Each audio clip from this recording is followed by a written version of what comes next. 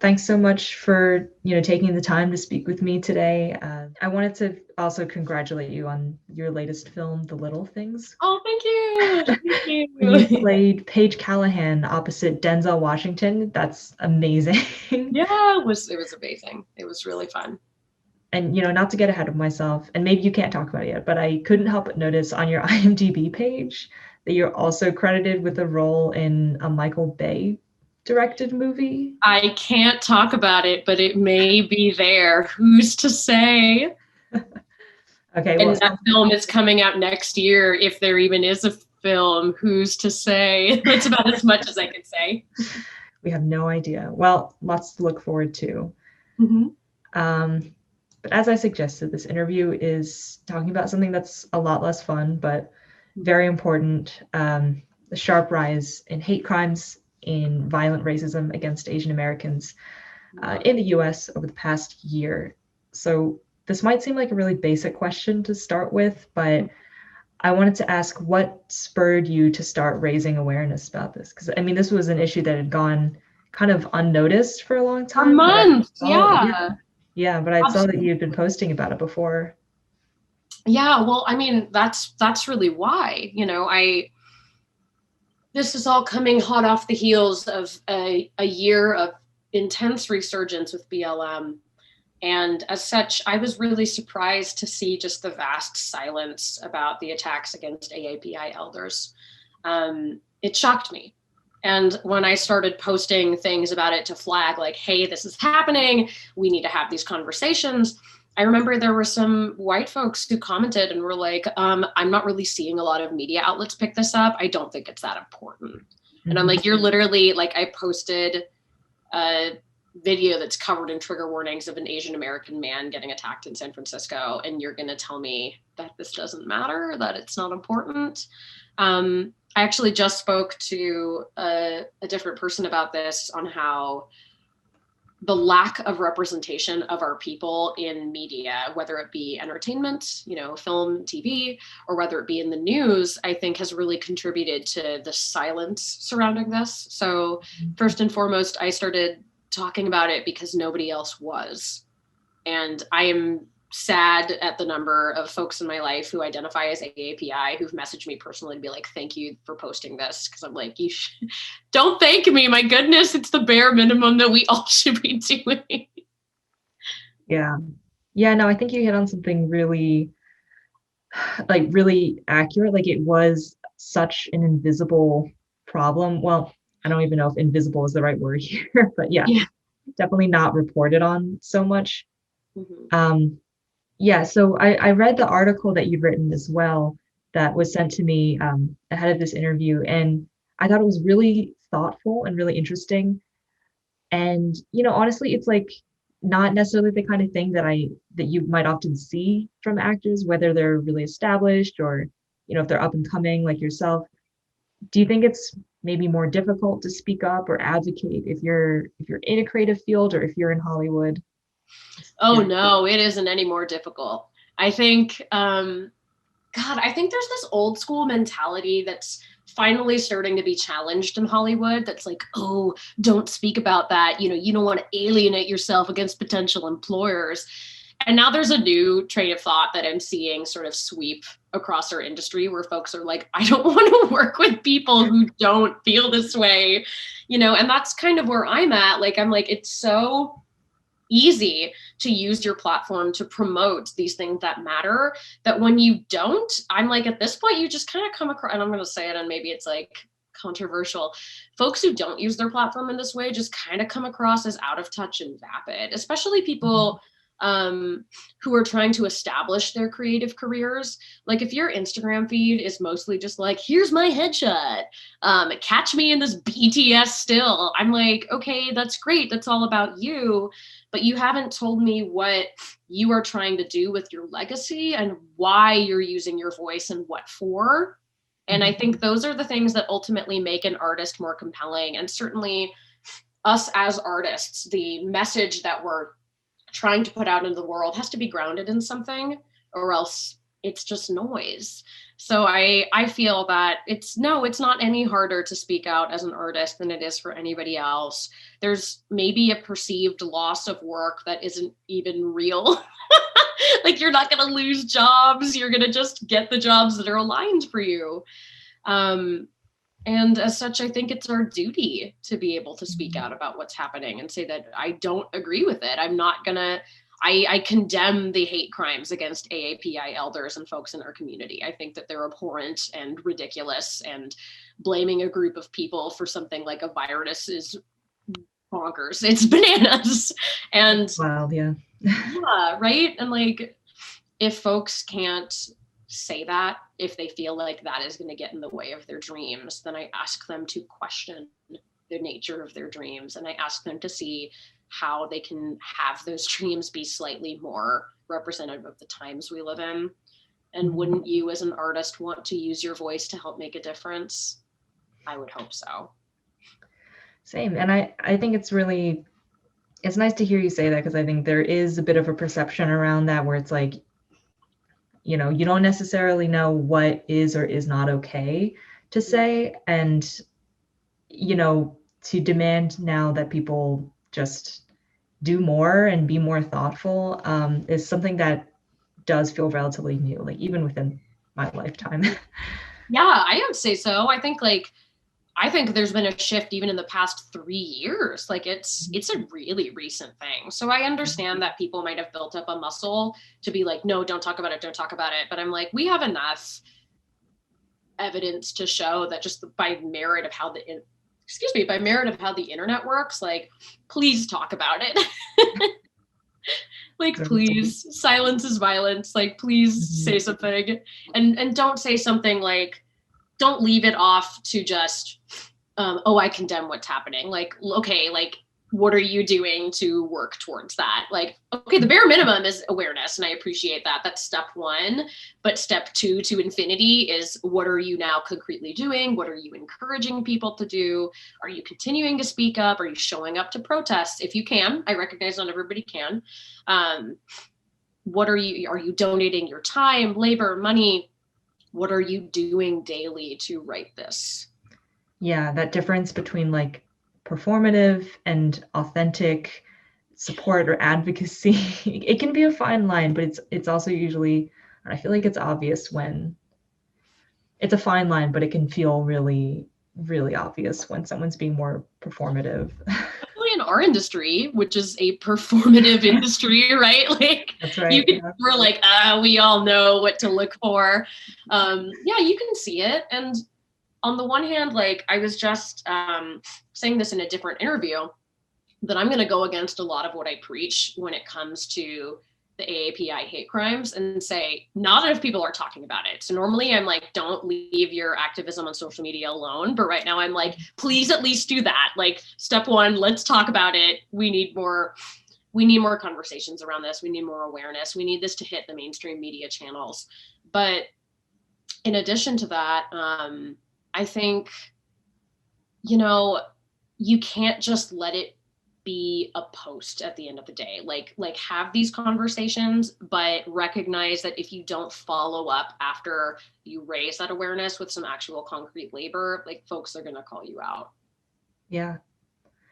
And one of the things that I feel like I see a lot as far as how you can do something, especially in the past couple weeks, it's been like, check in with your AAPI friends, people, whatever, like, but then how do you actually, I think the question that I've been receiving a lot actually as an Asian person is like, how do I do that? Like, how do I check in with someone without intruding on them? Like, I think people are just grasping, trying to figure out what to do, how to talk about it. I don't know. It feels nascent, even though it isn't, right? No, I totally get that. That's so interesting that you say that, because I feel like, and I would be curious to get your perspective as well. My answer to those people would be like, ask and listen. Like, if you don't want to come across a certain way, then lead with that intention, let it be known, and then be like, what are things I can do to help you, friend, colleague, or family member, or neighbor? Like, what can I specifically do to support you in this time? And if the answer is nothing, cool, reach out to other folks. But like, I would say to all the listeners tuning in, like, or reading this, depending on how it gets exhibited, that you start by having the conversation and asking what people need right now, and then let them dictate it. I think I've been getting that a lot too. And I think it's really interesting that folks are leading with that fear, because it signals to me this need to sort of control the narrative.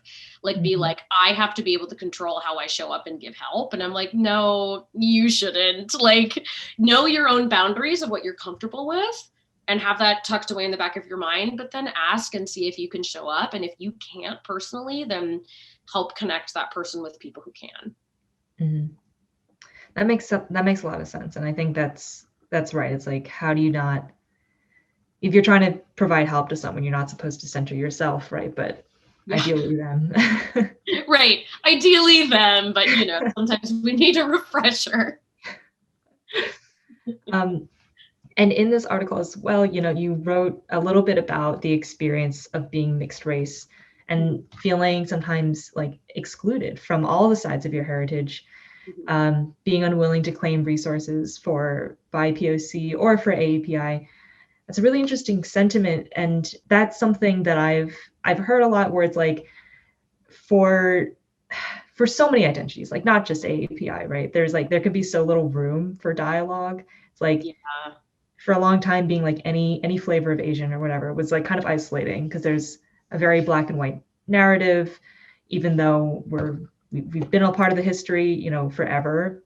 And then for South Asians or Southeast Asians, they can be treated as like non-white, but also not like Asian, because we're Asian or something. So weird. Yeah, I feel this in my bones. But yeah, like, how do you think? How do you navigate that dialogue, and how do you think we can maybe make room? Yeah, there's the point that you pointed to in that other article, there's kind of several factors that I think need to be addressed.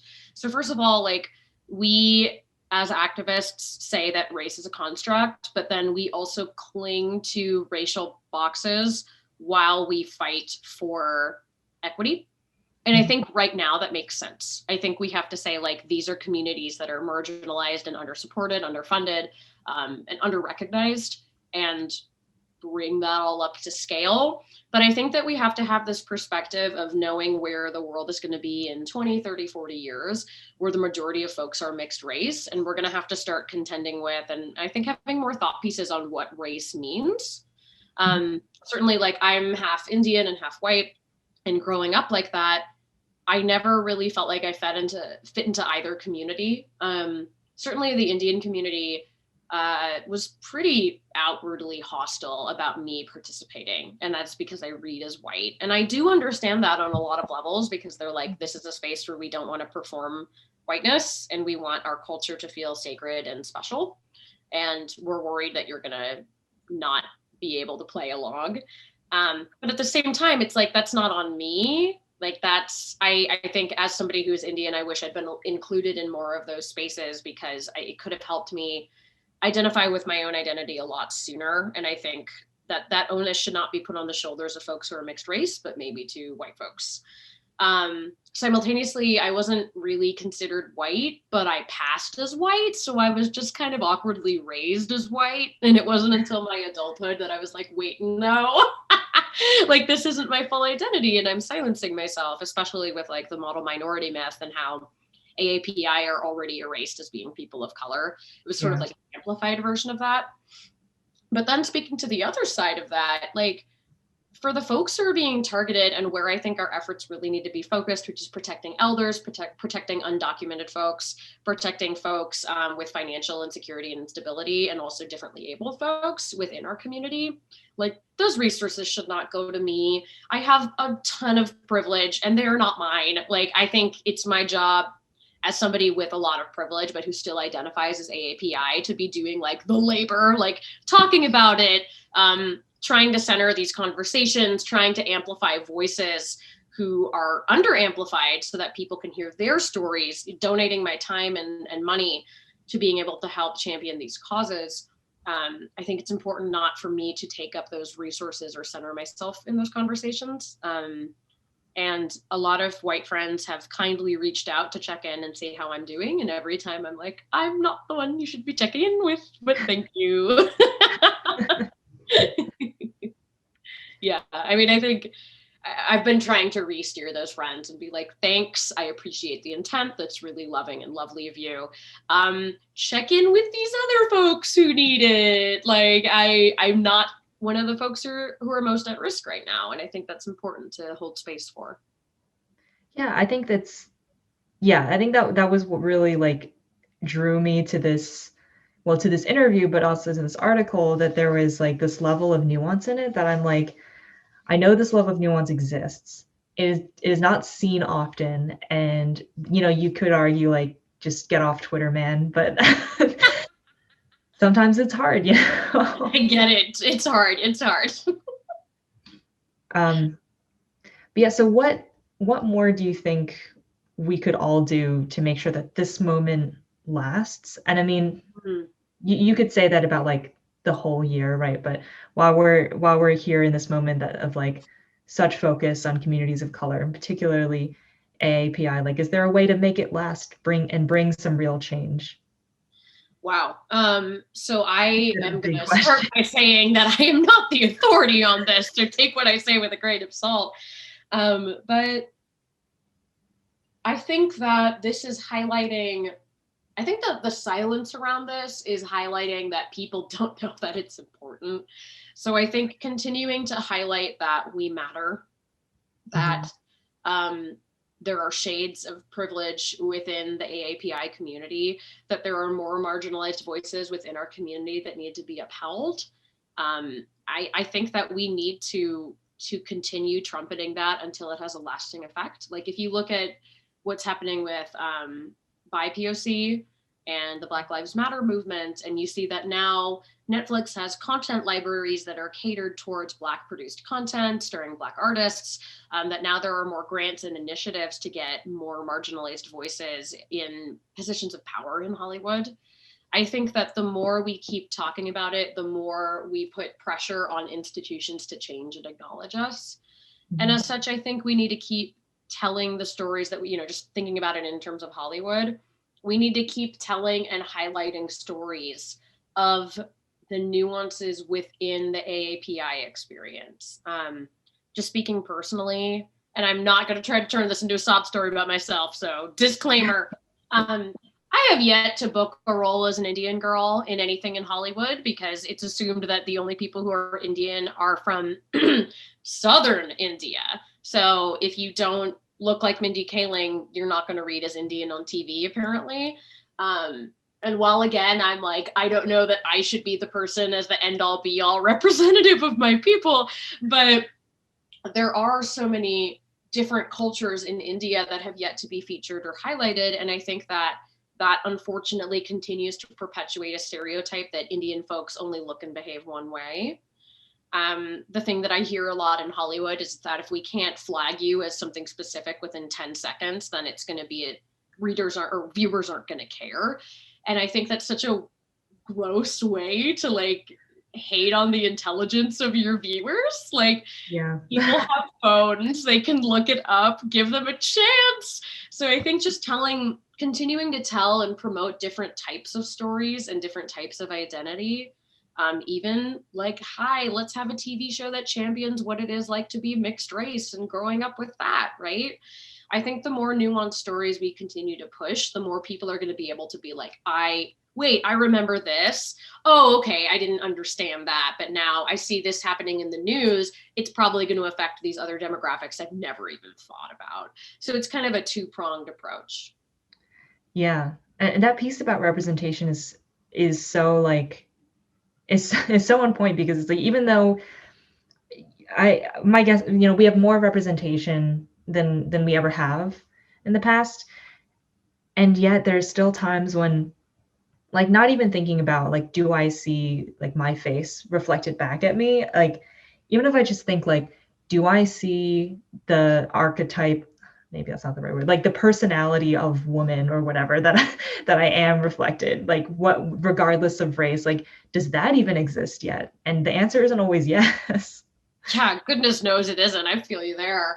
Yeah, I mean, I'm thinking about it now, and so much media that's centered around AAPI, if it's American made, it's almost always a comedy. So we're always like the brunt of jokes. And if it isn't American made, like I'm thinking about My Own People in Bollywood films, that's the only time you're really going to see a drama. But then it's labeled as a foreign film, you know? Or I'm thinking about like Parasite, right?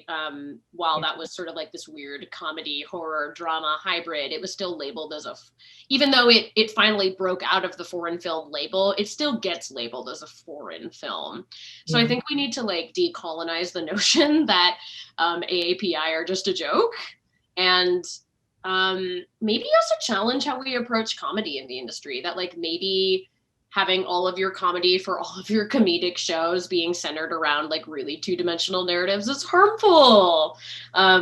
When I hear how people talk about like how scripts work or how characterization works in multicam comedies, and they're like, yeah, we go with these stereotypes. And I'm like, well, if your comedy is surrounded around upholding stereotypes and two-dimensional versions of people, like, is that really the media we need right now?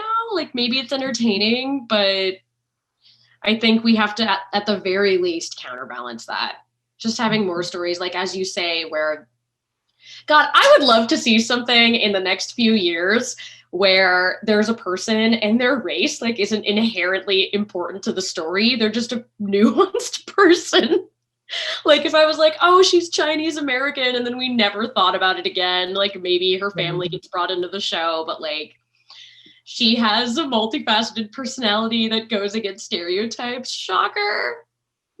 Or even goes with stereotypes, but it's like we don't even notice because she's like such a full human being that like it doesn't matter. Like It does. we don't code it, you know. Right, exactly. But then I think we have to start to be able to do that. I think we have to start challenging the way characters are portrayed in scripts at large. Like even what you're saying with how women are presented, right? Like thinking about like the Bechdel test. I think when I look at a script, when people send me scripts, when I read character breakdowns, so many of them are still, even how like white cisgendered straight males are presented in media is really two-dimensional. And so I'm like, maybe we need to make stories that aren't inherently tied to how people are visually perceived.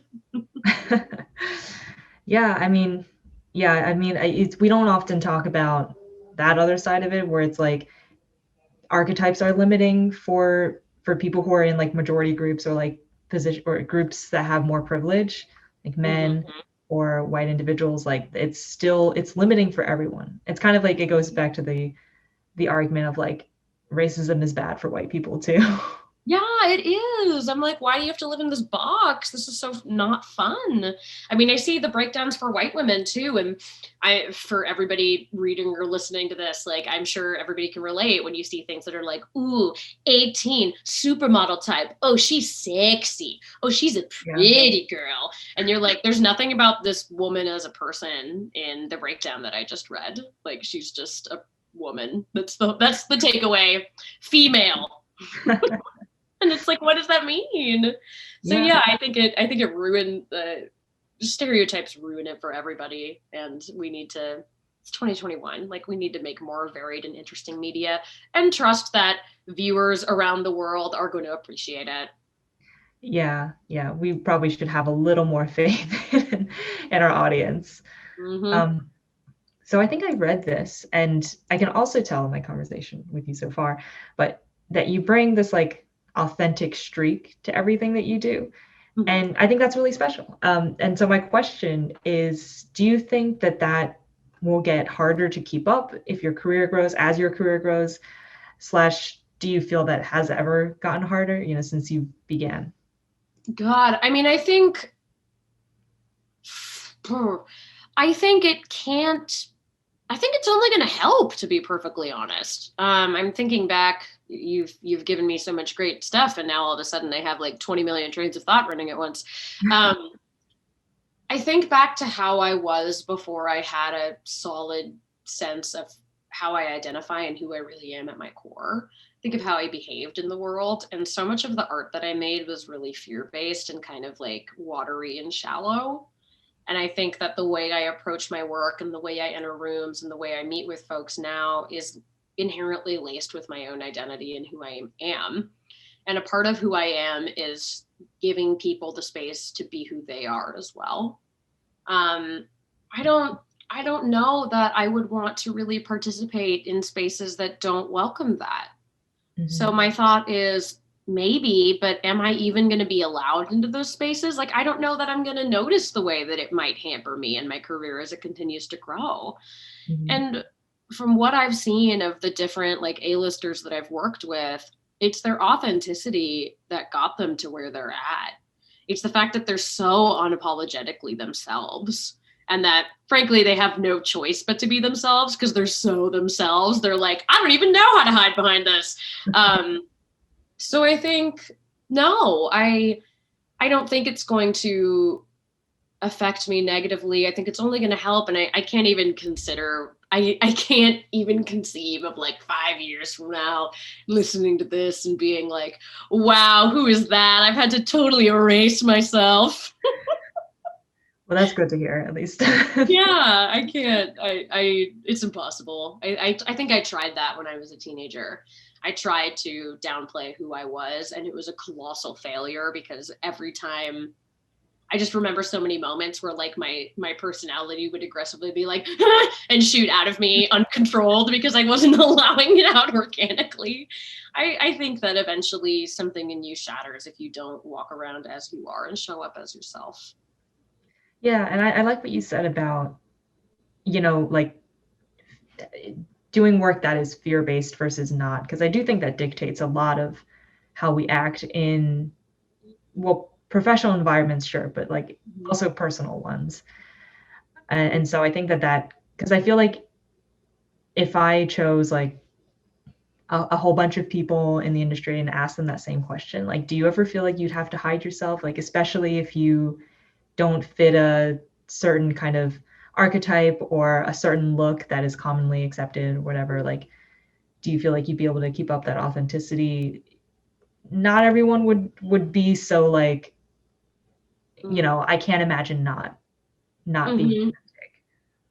That's interesting to me because I feel like the industry kind of sorts you anyways. Like, I don't doubt that people have given you a different answer to that question before, but a part of me is like, how much agency do you think you have in this business? I'm like, that business will sort you the way it chooses, and it's gross, and it's not my favorite thing. And I also recognize that it's not my place to worry about it. Like, it's not.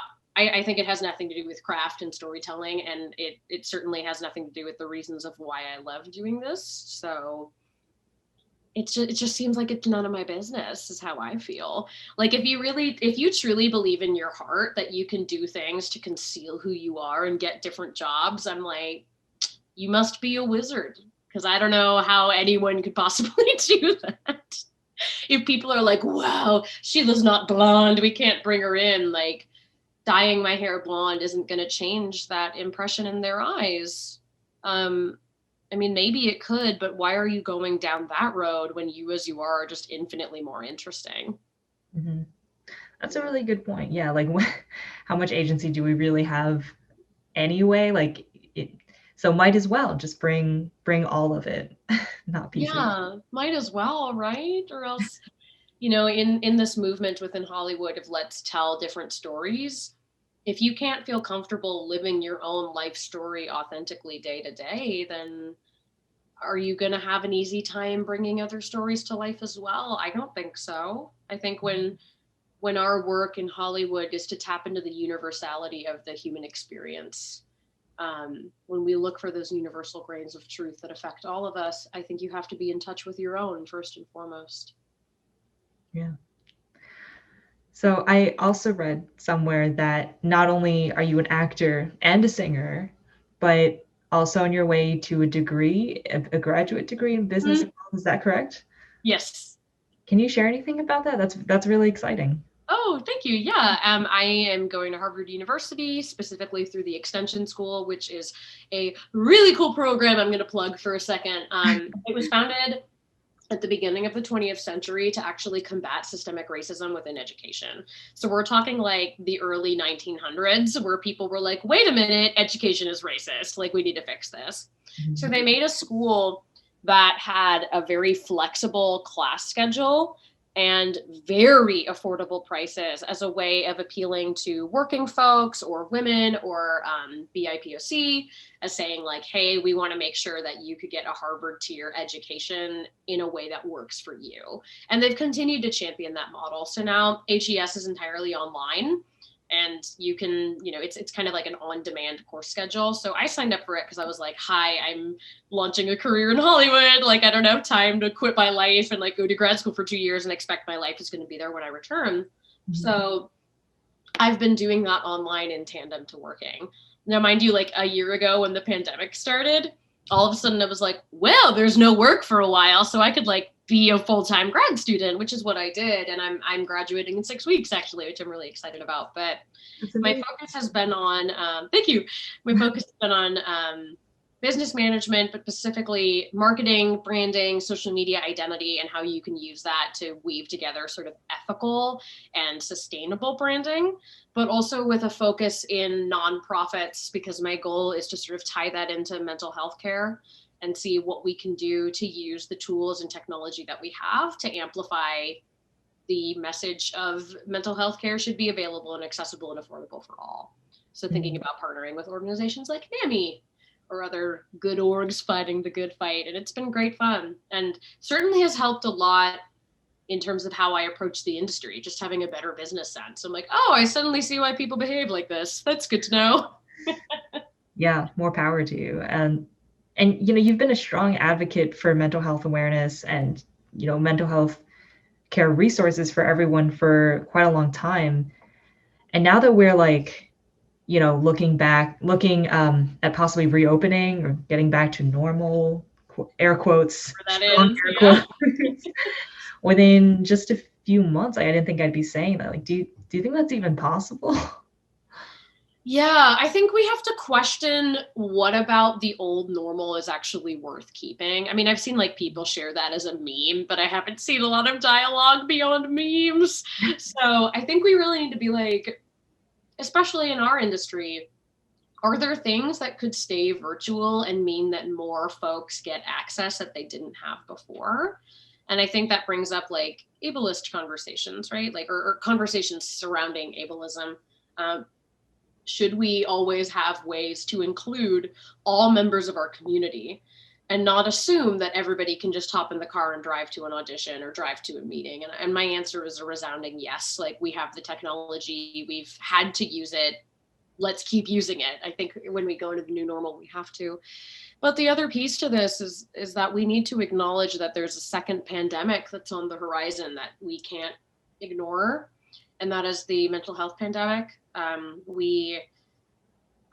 There is an unprecedented level of PTSD and unprocessed trauma in our world, not just our country, but our planet. And it's been several decades, if not ever. I mean, I will challenge that. I don't know that we've been in a situation as specific as this before, where everybody on the planet with a pulse has gone through the exact kind of trauma as everybody else. One model that I really like to talk about is concentric circles of grief, and how, the person who is affected by an event is at the center, and then their close family and friends are in the next ring, and then it would be like colleagues, acquaintances, and it radiates outwards. And you're never supposed to demand emotional labor from a circle that is smaller than yours. It's just a great model to tap into when you're like, should I be extolling like emotional labor from this person right now? But it's really interesting because when everybody on the planet goes through the same trauma, we're all in that center circle. And all of a sudden we don't have resources to help people because we all need help. So I think we all just need to be like really delicate and ginger with ourselves and gentle and just like hold space for ourselves and recognize that there's a lot of processing that's going to have to go into this. And my hope is that the rise in what's happening to folks in terms of their mental health is going to promote that we need better care, that we need better care systems, more affordable care systems, more accessible care systems at all different tiers, because this isn't just going to go away on its own. Mm-hmm. Yeah, I mean, I know that a lot of companies have started expanding some of their healthcare options or their telehealth benefits and expanded access to mental health care. And for a lot of people, it's like, like this isn't just temporary, right? Like, a lot of people are realizing that how necessary it is, and hopefully that feeling lasts. Like, I know we want nothing to do with COVID anymore, but some things. I don't think there's anywhere where it couldn't last, to be honest. Like I've heard people be like, do you think Zoom's going to stick around or is it going to tank? And I'm like, of course it's going to stick around. Like once you create systems that provide better accessibility and affordability for everybody, if you take them away, which you could, people are gonna revolt. Like people are gonna be like, you can't do that. We have this and we know that you have the ability to make it work, and it has to be something that's on the table from now on. So I'm just hoping that to all the folks in Hollywood out there, that we continue to have these dialogues. It's important, and to all the industries beyond as well. And so as we go about normalizing, yeah, I think it's going to be really different for a lot of different groups of people, but like, again, that same undercurrent of shared trauma. So yeah, that'll be interesting, if not a little worrying. It'll be interesting is a good word for what it'll be. I think I'm curious to see how it's all going to unfold. I've had people ask me like, oh, now that like people are getting vaccinated and it's looking like things could be open in a couple months, are you going to move back to LA right away? And I'm like, I don't know. Like, we don't know what the next chapter is going to look like. And personally, I, for one, am taking my time toeing in a little bit of a like, we don't know what it is. I think when we fling ourselves at something, again, there's this illusion of having control over it, which we just don't have. And as such, like, I think only time will be able to tell what the new normal is going to look like. And so I'm curious about then, you've talked about this a little bit, but your own experience of the pandemic. And again, no pressure at all to answer if it's personal, but what are you doing for your own mental health? Or maybe a follow-up question is like, what do you wish more people did for themselves? Yeah, I mean, I'm super comfortable talking about it because my mental health really took a big plunge in the winter. I know it did for a lot of folks too, because all of a sudden it's already winter, which is awful. It's cold, it's dark, the sun's gone at like 2 p.m. It's freezing. And then as such, we don't have indoor spaces where we can congregate anymore, and we can't see people. And I know I got to the point of being like, why should I even get out of bed? Why does it matter? Why does it matter to sleep at a normal schedule? Why does it matter to get any work done? Yeah. And for the past couple of weeks, I've really taken a hard look at that and be like, okay, it's spring. So like, we can't use the weather as an excuse anymore. And things are going to be opening. And I realized that I needed to let myself sort of mentally thaw, like let myself not be so hardened and kind of deadened on the inside anymore. And there's been a lot of grieving that's come up in that as just sort of a natural part of the process, like giving myself the space to finally feel sad, to feel loss. But other things I'm doing are just like trying to get back into the habit of regular self-care. Not just, strictly for my mental health, but like, okay, I'm going to have to go out and interact with people again. And what does that look like? And how can I bolster up my reserves now? Mm-hmm. Whether it be like sitting in the sun or taking a walk or being like, it's time to regularly shower again. Or like, hey, maybe I shouldn't just eat chips for an entire day and call that eating. Like maybe there's better ways. Honestly, it's like, it's nice to hear that, because I don't think I'm still like, approaching having these conversations with people of like, what does normal look like? And I was like, has everyone else been as like just letting whatever go? I think we all have been. I'm honestly like, I wish I could be a fly on the wall in the future for those times we all get together and the social awkwardness is like at an all-time high. And everyone is in their PJs and everyone is being weird and there's lots of uncomfortable silence because we're all like, how do you do this? I don't know. There are some folks who are like, it's like riding a bike. It's going to be so normal. And I'm like, that sounds great for you. I'm going to be really weird at first. Oh yeah, there is a lot to process. Yeah, that's gonna. I am excited to see what those spring and summer gatherings are going to be like. Just how weird they are for all parties. I wanted to ask you, what are you working on right now? And I know you mentioned at the beginning there's something that you can't tell us about, but Yeah. what's going on? What might we see you in coming up? Yeah, I can definitely tell you about something else. So I'm actually acting in and producing a film right now that is based on. Excuse me. It's based on Marsha Norman's play Night Mother. And I've been working with this other actress and fantastic director and this Oscar nominated DP. And we've taken the story and kind of cut it down to the bare bones and have changed a lot of it to be relevant to the pandemic. For those not familiar with Night Mother, it is a really dark, intense play that just features two women. It's a one act, and it's all about suicide and mental health and sort of concentric circles of mental health or lack of care. So I've been adapting it because I think that it is one of the pieces of media that really fits in the context of a Zoom call. So I know we're going to see, God, there's already so much media out there that's like, it's a Zoom play. But this is one where we're actually trying to use the format and have the format almost be another character or another entity at the very least of it. Of just the shock of what happens if you are in isolation for something like the pandemic and the loved one wants to take their own life, and the conversations surrounding that, very similar to what we just talked about in terms of the mental health pandemic. I think that these are conversations that need to be had, and I'm really excited about this film and how hopefully it can instigate those conversations. So everybody can follow my Instagram page for when I do start to post updates, as we're still in pre-production and rehearsals right now.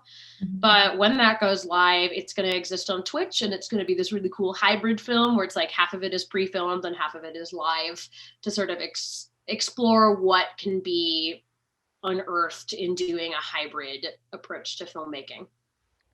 Wow, that sounds really cool. Oh, yay, thank you. As someone who's always interested in, I was gonna say narratives like this, but I'm like, mental health, everyone has mental health, right? Like, but we all got it.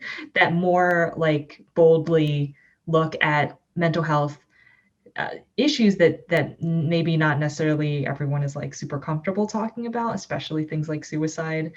So I will definitely be tuning in for that on Yay, Twitch. awesome. Yeah. Well, thank you so much. And again, looking forward to everything. Congratulations on the film, The Little Things. I know it's maybe been a minute for you now. But thank you so much. I really appreciate that. Thank you. And for your advocacy and activism, like, to me, that's just great. I think it's really special, and I hope to keep following you. So yeah. Yay. Well, happy to connect, and I really loved talking.